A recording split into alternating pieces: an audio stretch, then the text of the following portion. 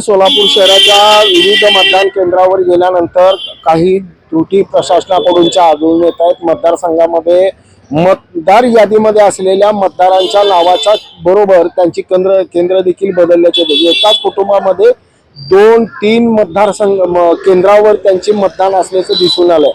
काय नेमकी अडचण आहे मला सांगा जरा। प्रशासनाकडून जे मतदार स्लिप दिलेले आहे त्यावर यादी भाग क्रमांक घातलेला नाहीये। यादी भाग क्रमांक आणि तिथलं बूथ क्रमांक घातलेला नाही, हे खूप अडचणीचं झालंय। त्यामुळं आणि सगळ्या भागातले आतल्या ह्या दरवेळेस मागच्या विधानसभेला ज्या बूथवर मतदान आलेलं होतं, आता काही मतदान काडादी शाळा किंवा सिद्धेश्वर शाळा इतकं लांबचा ह्या भागातील लोकांचे तिथं गेलेले आहेत नावं, आणि काही नावं डबल टिबल नावं आलेली आहेत। त्यामुळं प्रचंड लोकांमध्ये संभ्रम अवस्था निर्माण झालेली आहे। तुम्ही काय सांगाल? मतदारांना खूपच अडचणी होत आहेत। एकच कुटुंबातली 2-2 मतं वेगवेगळ्या केंद्रावर आहेत, असे प्रकार आहे। अशा प्रकारे या ठिकाणी दिसतंय, कारण आज जोडबाई पेठेमध्ये राहणाऱ्या नागरिकांचं मतं काडादीमध्ये आलेलं आहे आणि काही ठिकाणी मनपा शाळेत आलेलं आहे। त्यामुळे थोडं या ठिकाणी नागरिकांना संभ्रम अवस्था आहे, पण असं प्रशासनाकडून होऊ देऊ नये।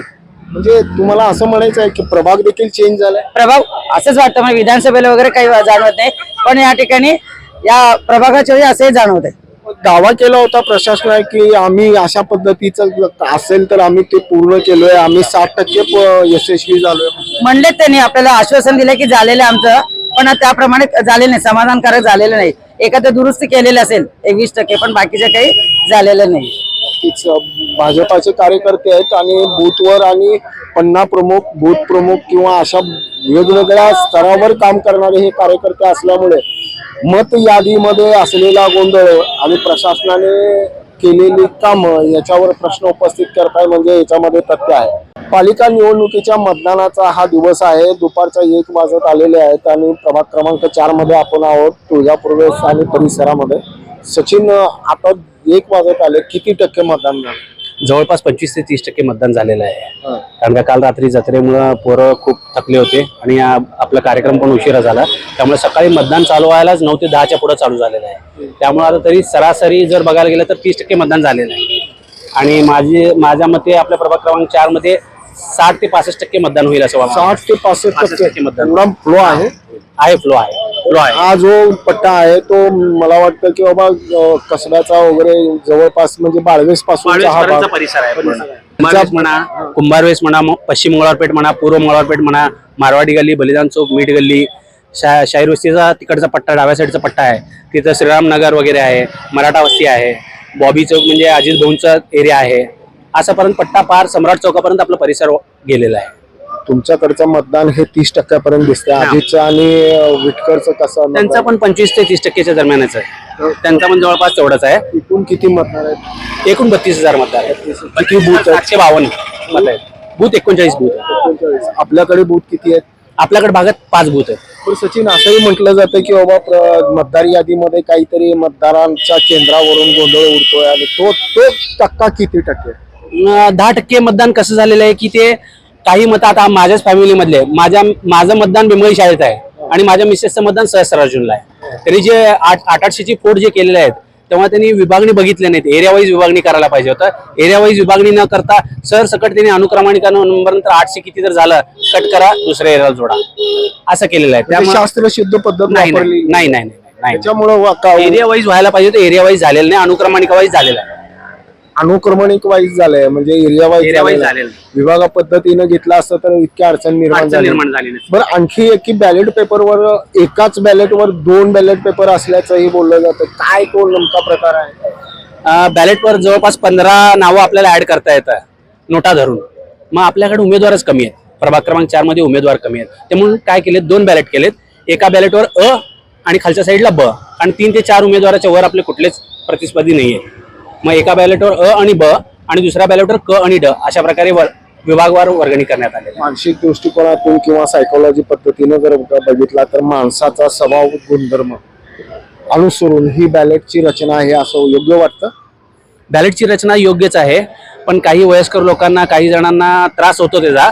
पण जे आपला भारतीय जनता पार्टीचा मतदार आहे तो भारतीय जनता पार्टीचा म्हणजे शून्य मतदारांना हे सोपं जातं. सांगायची गरज पण नाही. अ मध्ये जर का नावाजलेला चेहरा असेल तर ब ला त्याचा ऑटोमॅटिकली फायदा होऊ शकतो. होतो म्हणून तर ते बघत नाहीत, उमेदवार कोण आहे बघत नाहीत, त्यांना तिथं हुडकत बसायची गरज नाही.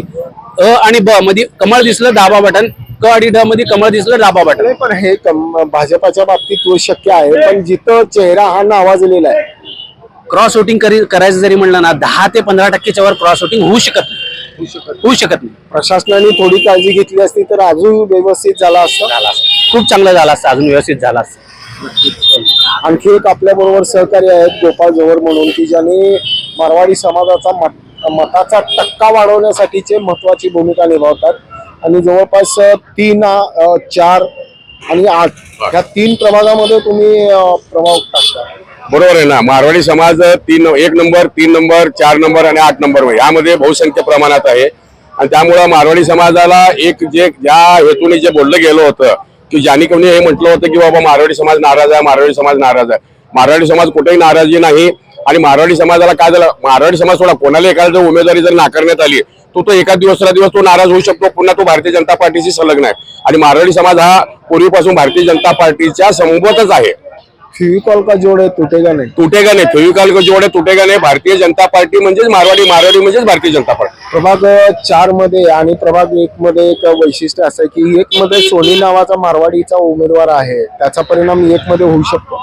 थोड्याफार प्रमाणात होऊ शकतो, पण मला वाटत नाही की तिथं मारवाडी समाज हा भारतीय जनता पार्टीला सोडून समाजाचा उमेदवार जर उभारला असेल इतर पक्षातून तर त्याला मतदान करेल असं मला वाटत नाही. किती वर्ष झालं हे म्हणजे ह्या पद्धतीचं काम करताय, बूथवर काम करताय, पन्ना प्रमुख म्हणून काम केलंय, आज प्रमुख म्हणून केलंय, कुठल्या पदावर? मी 30 वर्षापासून भारतीय जनता पार्टीचं काम करतो.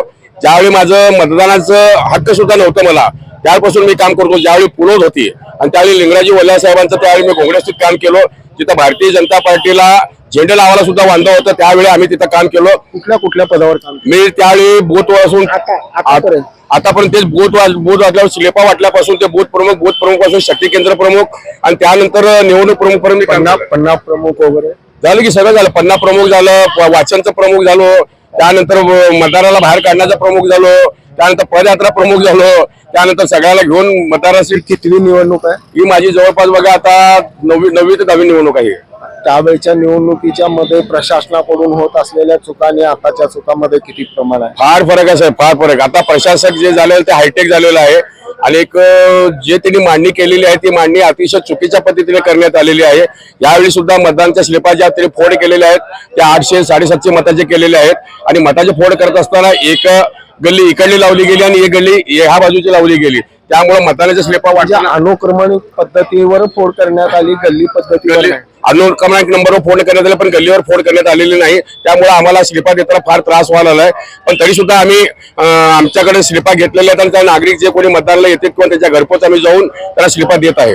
4चा आमचे 4 उमेदवार आमचे 100% निवडून येणार, त्यात काय वादच नाही. 8 मध्ये भारतीय जनता पार्टीचे 4 येणार आहेत.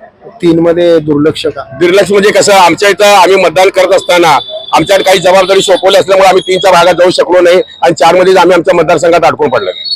नाराजीचा सूर वरिष्ठांपर्यंत पोहोचणं गरजेचं आहे, म्हणून मी ह्या व्यक्तीची मुलाखत घेतली आणि प्रामाणिकपणे मागील अनेक वर्ष बूथवर आणि अशा बूथ केंद्रावर काम करण्यामध्येच हे म्हणजे खूप मोठा हातखंड आहे.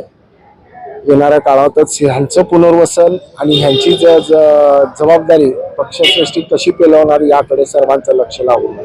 प्रेम न्यूज करता यासिन शेखसह मी नितीन पात्रे.